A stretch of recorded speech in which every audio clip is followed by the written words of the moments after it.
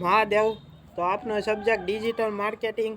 એની અંદર આપણે આજે આગળ વધીએ તો આપણે જોવાનું છે types of digital marketing. Type કેટલા હોય છે ડિજિટલ માર્કેટિંગના, એની વિશે ડિટેલની અંદર આપણે આજે ચર્ચા કરીશું. તો ટાઈપ ઓફ ડિજિટલ માર્કેટિંગની અંદર આપણે જોઈએ તો digital marketing can take many forms. Digital માર્કેટિંગના ઘણા બધા ટાઈપ છે, તો તેના વિશે આપણે ચર્ચા કરીએ તો search engine optimization SEO. SEO એટલે શું? This entails increasing a website's presence on search engine results pages. તે આપણને શું કહેવા માગે છે કે આ જે આપણી એન્ટ્રીઝ છે તે ઇન્ક્રીઝ શું કરે છે, આપણી વેબસાઇટની અંદર preference on search engine result pages. રિઝલ્ટના જે પેજીસ હોય છે તેને આપણે આ પ્રેફરન્સ કરવાનું કામ કરે છે. Search engine marketing. Search engine માર્કેટિંગની અંદર આપણે જોઈએ તો to do this paid advertising. Search engine માર્કેટિંગની અંદર આની અંદર આપણને પેડ કરીને આપણે એડવર્ટાઇઝ આપની જે હોય છે તે કરી શકીએ છીએ. Must be used in the search engine result pages. એના દ્વારા આપણું જે માહિતી હોય છે તે સર્ચ એન્જિન રિઝલ્ટ્સના પેજીસની માધ્યમથી આપણે સરળતાથી બીજા સુધી મોકલી શકીએ છીએ. Content marketing. કન્ટેન્ટ માર્કેટિંગની અંદર આપણે જોઈએ તો to attract and keep a clearly defined audience. આની અંદર આપણે ખૂબ જ એટ્રેક્ટિવ અને ક્લિયરલી ડિફાઇન થઈ શકે ઓડિયન્સને આપણે ધ્યાનમાં રાખીને આપણે આપણો કન્ટેન્ટ દ્વારા માર્કેટિંગ કરવાનું છે. This entails producing and distributing valuable.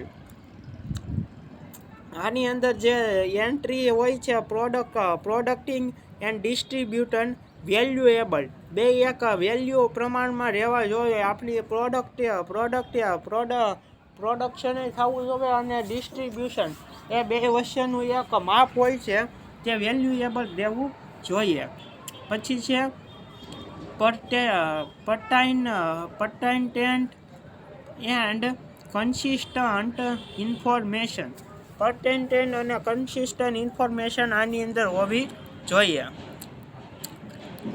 પછી આપણે જોઈએ તો social media marketing. Social media દ્વારા પણ આપણે માર્કેટિંગ કરી શકીએ છીએ. This entails utilising social media websites to interact with client. આની અંદર જે એન્ટ્રી હોય છે તે આપણને સોશિયલ મીડિયા દ્વારા આપણી વેબસાઇટ આપણે જે સર્ચ કરીએ છીએ તેના દ્વારા આપણે કોની સાથે ઇન્ટરેક્ટ કરી શકીએ છીએ, જે આપણા પ્રોડક્ટના ક્લાયન્ટ હોય છે તેની સાથે આપણે ઇન્ટરેક્ટ કરી શકીએ છીએ. And advertise a company. અને જે કંપની આપણી એડવર્ટાઇઝ કરી હોય તેની સાથે આપણે ઇન્ટરેક્ટ આના માધ્યમથી સરળતાથી કરી શકીએ છીએ.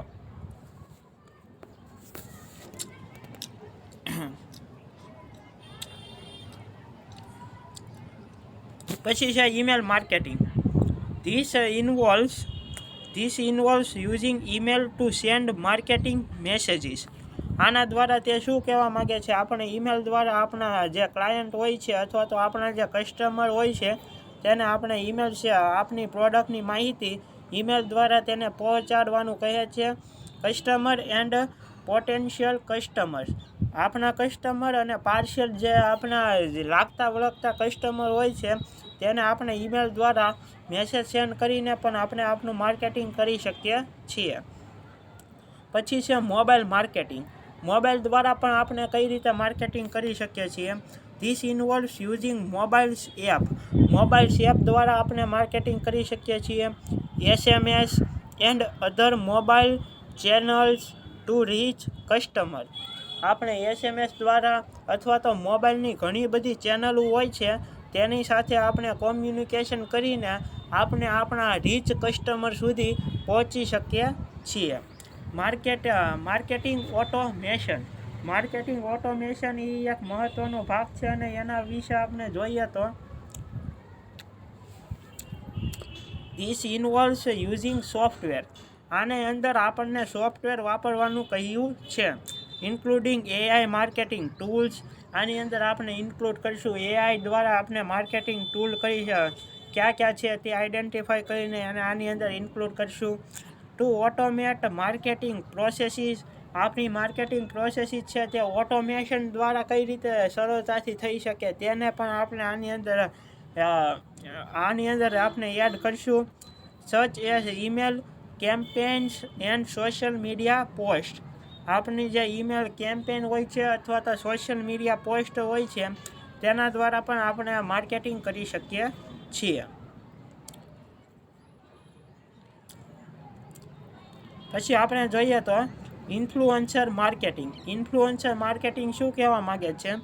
This involves collaborating with influencers or people with a large following on social media to promote a business.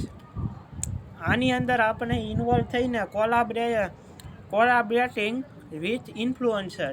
આપણે ઇન્ફ્લુઅન્સર દ્વારા કોલાબરેટ કરવાનું છે અને આપણે people with a large following on social media. જે મોટું જબર પીપલનું ગ્રુપ હોય છે સોશિયલ મીડિયા ઉપર તેની સાથે આપણે ઇન્ટરેક્ટ કરવાનું છે અથવા તો કોલાબરેશન કરવાનું છે ટુ પ્રમોટ અ બિઝનેસ. આપણા બિઝનેસને આગળ વધારવા માટે પ્રમોટ કરવા માટે. પછી છે વિડીયો માર્કેટિંગ કઈ રીતે આપણે કરી શકીએ? This ઇન્વોલ્વ્સ using video content. આપણે વિડીયો બનાવીને આપણા જે પ્રોડક્ટ હોય છે એના આપણે વિડીયો બનાવીને સોશિયલ મીડિયામાં અપલોડ કરી શકીએ છીએ અથવા તો આપણે જે સોશિયલ મીડિયામાં આપણા જે ફોલોવર જો વધી ગયેલા હોય પછી આપણે તેને વિડીયો માર્કેટિંગ દ્વારા પણ આપણા કસ્ટમર હોય છે તેને આપણે ઓનલાઈન માધ્યમથી આપણે આપણા પ્રોડક્ટની તેને માહિતી આપી શકીએ છીએ. વિડીયો કન્ટેન્ટ ટુ પ્રમોટ અ બિઝનેસ. વિડીયો કન્ટેન્ટ દ્વારા આપણે આપણા બિઝનેસને પ્રમોટ કરી શકીએ છીએ. સચ એઝ થ્રુ યુટ્યુબ ઓર સોશિયલ મીડિયા. જેમ કે આપણું આ યુટ્યુબ છે અથવા તો આપણે બીજા સોશિયલ મીડિયાના ઘણા એવા એપ્લિકેશન છે, વેબસાઇટ છે તેના દ્વારા આપણે માર્કેટિંગ સરળતાથી કરી શકીએ છીએ. પછી શું છે? પછી છે અફિલિયેટ માર્કેટિંગ એટલે શું? This ઇન્વોલ્વ્સ using affiliates or people who promote a business. People આપણા બિઝનેસને કઈ રીતે ઓળખી શકીએ અથવા તો કઈ રીતે તે આપણને ઓળખી શકીએ. પ્રોડક્ટ્સ આપણને આપણા બિઝનેસની પ્રોડક્ટ્સને કઈ રીતે ઓળખી શકીએ. In exchange for a commission. એક્સચેન્જની અંદર કમિશન કઈ રીતે હોઈ શકે છે? To reach new customer. આપણે કઈ રીતે નવા કસ્ટમરને આપણા બિઝનેસ તરફ ખેંચી શકીએ છીએ એની માહિતી અહીંયા પ્રોવાઈડ કરવામાં આવી છે. તો આગળની ડિટેલ આપણે પછી જોઈશું. અત્યારે અહીંયા સુધી રાખીએ. ટાઈપ્સ ઓફ માર્કેટિંગની અંદર આપણે અત્યારે એટલું રાખીએ. આગળનું આપણે પછી જોઈશું. ટાઈપ્સ ઓફ ડિજિટલ માર્કેટિંગની અંદર આપણે એટલા પોઈન્ટ રિવાઇઝ કર્યા. જો તમને ન સમજાણું હોય તો તમે કોમેન્ટ કરીને મને જણાવી શકો છો. સોરી. ત્યાં સુધી તમે એટલા પોઈન્ટને રિવાઇઝ કરજો. મહાદેવ.